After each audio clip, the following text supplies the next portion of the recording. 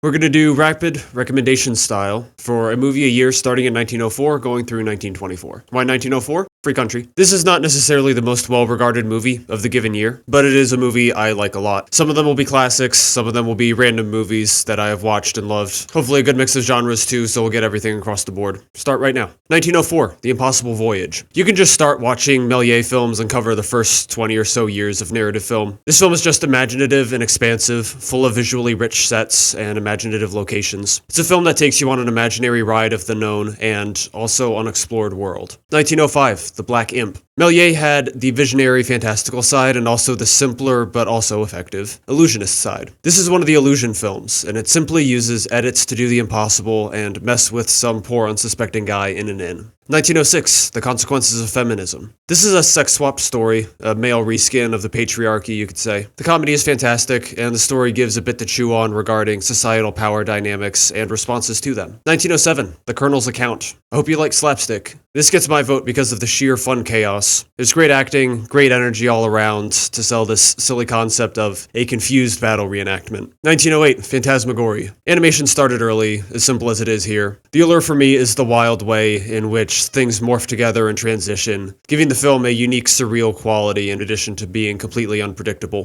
1909, They Would Elope. I would recommend the version on the Mary Pickford channel as it has really an awesome score, helping with the ideas of contrast in the film. It's sweet, it speaks to insecurity, and it gives wonderful juxtapositions throughout. One of the better emotional experiences in an early film for my money. 1910, The Girl Spy Before Vicksburg. 1910, The Girl Spy Before Vicksburg. Early silent films do love their Southern Civil War protagonists, but nonetheless, the leading lady in this film is awesome, and her character is fun and capable, and just has capability in being a spy. And additionally, it has a great feel for dramatic timing, I think, in the climax. 1911, The Lonedale Operator. And enter D.W. Griffith. This is another film centering around a smart and capable female protagonist, this time in a railway station. It's fun to see her at work and navigating a, not terribly threatening, but still fun threat of robbery. The Cameraman's Revenge.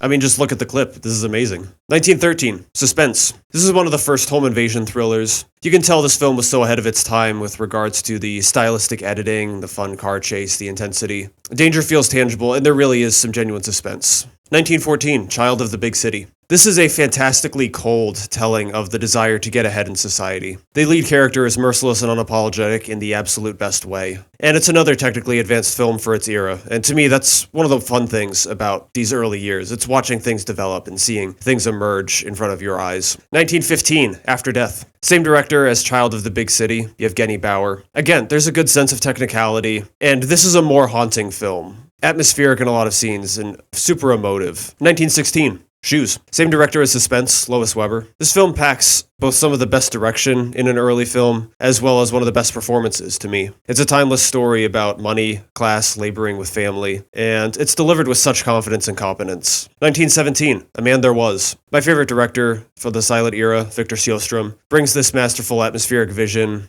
on helplessness and revenge. There are great shots in the film, great emotion coming from the actors. He really is fantastic at atmospheric storytelling even so early on in cinema's history. I love the score I watched it with, certainly no small part of my enjoyment. It's not the same as the one on the Criterion version, but that one is also good. 1918, The Outlaw and His Wife. More Sjöström, more awesome emotional storytelling. The film speaks to the selfishness and cruelty of humankind and backs it up with some wonderful natural environments, chiefly mountainous and snowy ones. Great intensity in the faces, too. 1919, The Oyster Princess. Ernst Lubitsch would go on to make his name in Hollywood with films like To Be or Not to Be. But first he worked in Germany making some insane comedies like these. It's your classic arranged marriage film, but with such an enthusiastic and unique delivery. This is one of the most fun movies I've ever watched. It's packed full of comedic bits and gags. Absolute joy. 1920, The Cabinet of Dr. Caligari. Told you we'd get to some classics eventually. This is an early horror film about a mysterious doctor and his zombie-like assistant, and it's wrapped in perhaps the best set design ever to grace the screen. I swear this movie comes up in like half my videos, but it genuinely is a great and singular visual experience. 1921, The Kid. Here we have some Charlie Chaplin.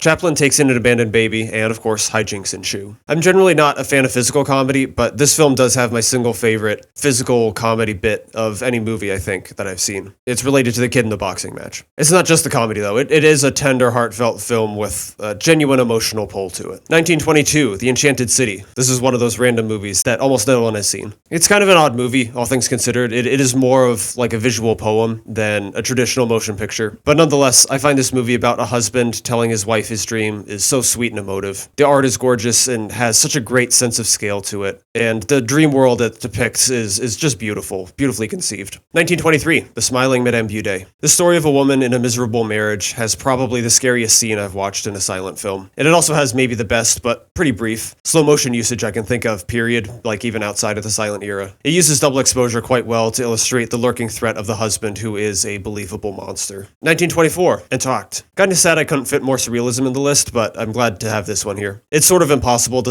describe this kind of film, because it just wouldn't make any sense. But it's a series of strangely connected stories, and it's got just an undeniable emotional effect to me. I just love the raw, just unrestrained exercise in creativity. 1925, Strike. Sergei Eisenstein was one of the greats, and to me, this condemnation of pre-Bolshevik Russia is his best work. The montage style is so spectacular, and it really does more than simple contrasts, but it shows something so imaginative in the ideas that are combined. And also, this film has some surprisingly brutal moments in it. 1926, By the Law. One of the best cold weather movies ever made. It's about members of a prospecting team becoming isolated in a cabin over winter. It's a uniquely unnerving film, again using the Soviet montage to great emotional effect. But it's also got such claustrophobia, and it uses the actors, specifically one of them, in a very unnerving way in the way they're shot. 1927, The Lodger, a story of the London fog. And here we've got our first Hitchcock making a film inspired by Jack the Ripper. The Criterion release has a fantastic score. I love it. Love the main theme especially. I love seeing the unique set of influences he has here, even in his infancy. You can clearly see the creativity and the feel for tension that he'll become legendary for.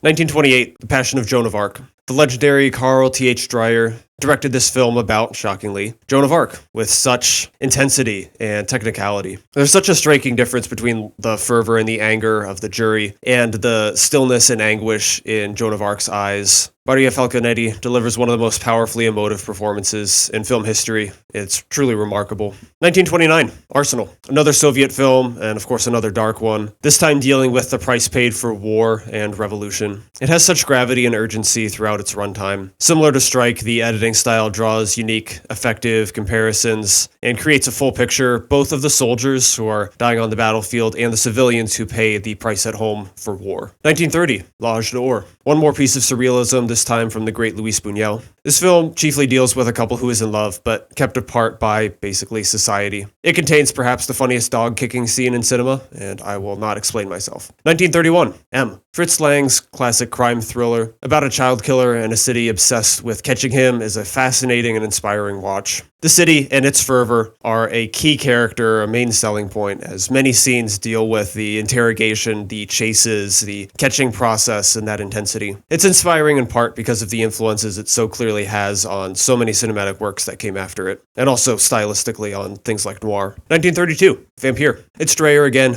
giving his take on the vampire in this small, eerie village and house. The film is shadowy, atmospheric, and strangely tender in a way. And it has a fantastic horror scene, one of the best in early horror as far as I'm concerned. 1933, Gold Diggers of 1933. Don't be fooled, this isn't a weird B-grade sci-fi monster movie. It's ultimately a fairly political musical about the Depression and regular American people. This is probably my favorite musical, and it features excellent choreography and beautiful sets. The musical numbers are all extravagant and larger than life, and the final musical is absolutely stunning. 1934, The Thin Man. The Thin Man has the best cinematic couple I've ever seen, in Detective Nick Charles and his wife Nora. In the midst of solving murder mysteries, they find the time for the most wonderful comedic bits and chemistry showcases you can find. The whole 6-movie series is worth watching just because of those two. At the very worst, you've got their interactions, and that is a high floor. 1935, Captain Blood. This is an old-school swashbuckling film about a convicted doctor who flees England to pursue piracy. It's also directed by Michael Curtis of Casablanca and starring Errol Flynn, who would notably go on to portray Robin Hood. It's got fun swashbuckling, piratey action, battles, both land and sea. It mocks the monarchy, and it's simply a blast.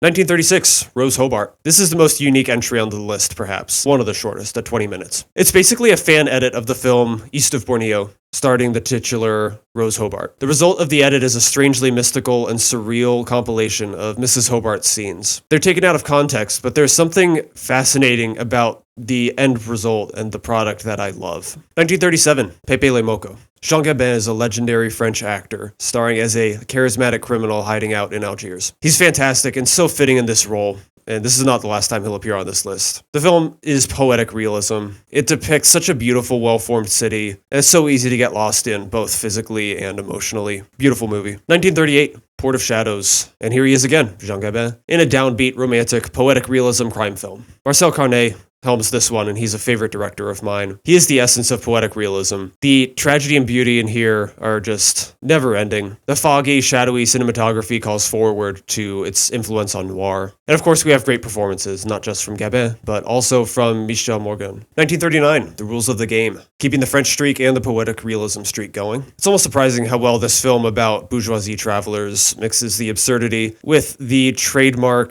downbeat nature of poetic realism. There's great humor, great chaos, and the film as a whole is just beautifully constructed. This is one of the classics. 1940, His Girl Friday. There are fast-paced, fast-talking movies out there, but none of them are on this level of precision and skill. Probably not on this level of speed either. This screwball comedy is about a divorced newspaper publishing team that investigates a scoop, and it brings the intensity and energy early on and never stops. Maybe even grows in intensity over time. Rosalind Russell is absolutely fantastic, even outdoing Cary Grant in what is basically his wheelhouse. 1941, Citizen Kane. It saddens me that an ever-growing number of people say this movie is boring because there's such wonderful filmmaking here. Citizen Kane also concerns a newspaper tycoon, but instead addresses his rise and fall with grand scale and spectacle. I think even compared to modern films, there's such beautiful aesthetic choices, striking compositions, great ideas, plenty to take in and admire during the runtime. 1942, Casablanca. Another Stone Cold classic, and another appearance from Michael Curtiz directing. Bogart has a great atmosphere around him as the film faces uncertainty regarding the war, World War II, in this temporarily safe cafe location. It's a film maybe best remembered for its writing, and I think that's well deserved, but really it's such a singular, moody vision. It's really special.